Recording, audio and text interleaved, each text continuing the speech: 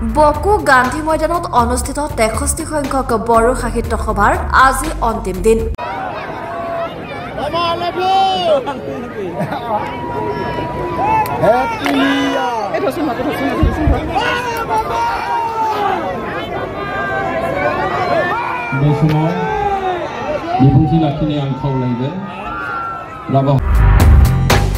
বকো গান্ধী ময়দান প্ৰাংগণত 3 দিনীয়া বৰ্ণাঢ্য কাৰ্যসূচীৰে অনুষ্ঠিত 63 সংখ্যক বড়ো সাহিত্য সভাৰ আজি সামৰণিৰ দিনটোত বিভিন্ন জাতি জনগোষ্ঠীৰ কৃষ্টি সংস্কৃতিৰ সমাহাৰেৰে সাংস্কৃতিক সমদল উলিওৱা হয়।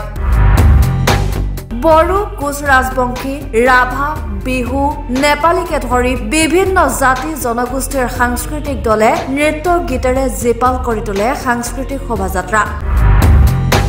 সাংস্কৃতিক শোভাযাত্ৰাৰ শোভা উদ্বোধন কৰে বড়ো সাহিত্য সভাৰ উপসভাপতি প্ৰশান্ত বড়োৱে।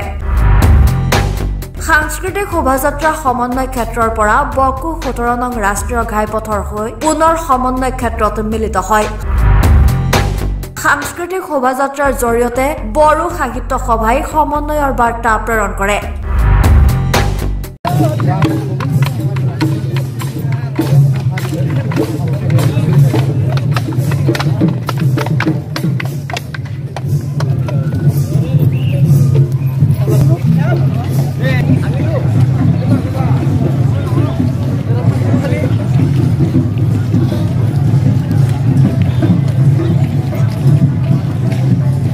বড়ো সাহিত্য সভাৰ 63তম বাৰ্ষিক অধিৱেশন কামৰূপ জিলাৰ বকোৰ গান্ধী সমন্বয় ক্ষেত্ৰত অনুষ্ঠিত হৈ আছে আৰু এই অধিৱেশনৰ আজি তৃতীয় তথা অন্তিম দিন আৰু আজি দিনটোৰ প্ৰথম কাৰ্যসূচী হিচাপে আমি বিভিন্ন জাতি জনগোষ্ঠীৰ সাংস্কৃতিক দলসমূহক লগত লৈ এটা সাংস্কৃতিক শোভাযাত্ৰা আমি কৰিলোঁ।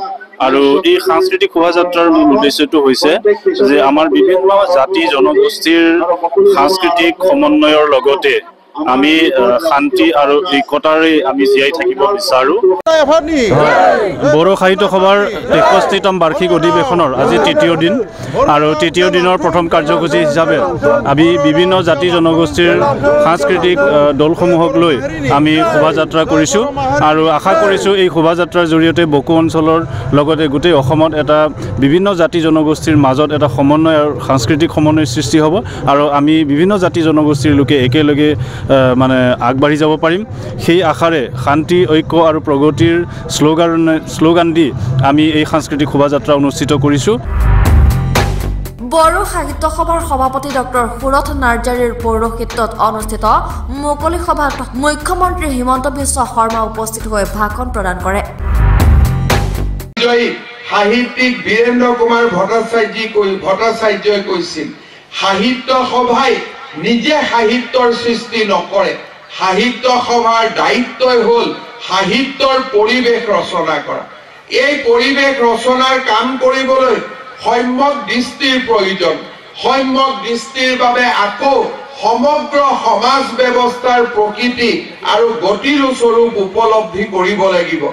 আজি সাহিত্যিক আৰু সাহিত্যিকৰ মুখ্য কৰ্তব্য হৈছে ভগা হিয়াবোৰ জোৰা দিয়া। প্ৰাণৰ অফুৰন্ত শক্তিৰে মানুহৰ আৰু মানুহৰ মাজত হৃদয় আৰু বুদ্ধিৰ মিলন ঘটাই আমাৰ জাতীয় বিকাশৰ পথ পৰিষ্কাৰ কৰিব লাগিব। বৰ্তমান সময়ত লাগে আমাক অল্প কথন, ধৈৰ্য আৰু নীৰৱ কৰ্ম। আজি বড়ো সাহিত্য সভাৰো দায়িত্ব হৈছে সাহিত্য সৃষ্টিৰ পৰিৱেশ ৰচনা কৰা। অসমত বড়োসকল সৰ্ববৃহৎ ভৈয়াম জনজাতি। পশ্চিম অসম আৰু উত্তৰ অসমৰ বিস্তৃত অঞ্চলৰ লগতে সমগ্ৰ অসমতে বড়ো জনগোষ্ঠীৰ লোক। কামৰূপ জিলা বড়ো সাহিত্য সভাক 1 কোটি টকা ব্যয় সাপেক্ষে প্ৰেক্ষাগৃহ নিৰ্মাণ ঘোষণা কৰে মুখ্যমন্ত্ৰীয়ে। বকোত এটা সুন্দৰ প্ৰেক্ষাগৃহ নিৰ্মাণ কৰিব বিচাৰে। মই আজিৰ দিনটোতে কামৰূপ জিলা বড়ো সাহিত্য সভাত বকোত এটা সুন্দৰ প্ৰেক্ষাগৃহ। সভাতে বিটিআৰৰ মুখ্য প্ৰমোদ বড়ো উপস্থিত থাকে। অধিৱেশন বকোৰ ঐতিহ্যমণ্ডিত গান্ধী মৈদাম খেলপথাৰত অনুষ্ঠিত হৈছে। মই বড়ো সাহিত্য সভাক বড়ো জনগোষ্ঠীটোৰ জাতীয় অনুষ্ঠান হিচাপে এক সুদূৰ প্ৰসাৰী নেতৃত্ব আগবঢ়াবলৈ অনুৰোধ কৰিছোঁ। বিশেষকৈ বড়ো সমাজৰ মাজত শিশু গ্ৰন্থৰ প্ৰণয়ন, বড়ো জাতীয় গ্ৰন্থাগাৰ, নতুন প্ৰজন্মৰ মাজত বড়ো সাহিত্যক জনপ্ৰিয়তাকৰণ আৰু এটা সুস্থ জাতীয়তাবাদৰ মাজেৰে বড়ো জনগোষ্ঠীৰ লগতে অসম মাতৃকো সেৱা কৰাৰ বাবে মই আহ্বান জনাইছোঁ আৰু মই আশা কৰোঁ যে এই অধিৱেশনে আমাৰ মাজত সমন্বয়ৰ এটা নতুন শাকো গঢ়ি তুলিব। মই কেতিয়া আহিম 2 এদিনতে সোনকালে, কিন্তু আজি যিকেইটা ৰাস্তা মোক মেমৰেণ্ডামত দিছিলে মই সেইকেইটাতো ঘোষণা কৰি দিছোঁ, বাকীখিনি চাই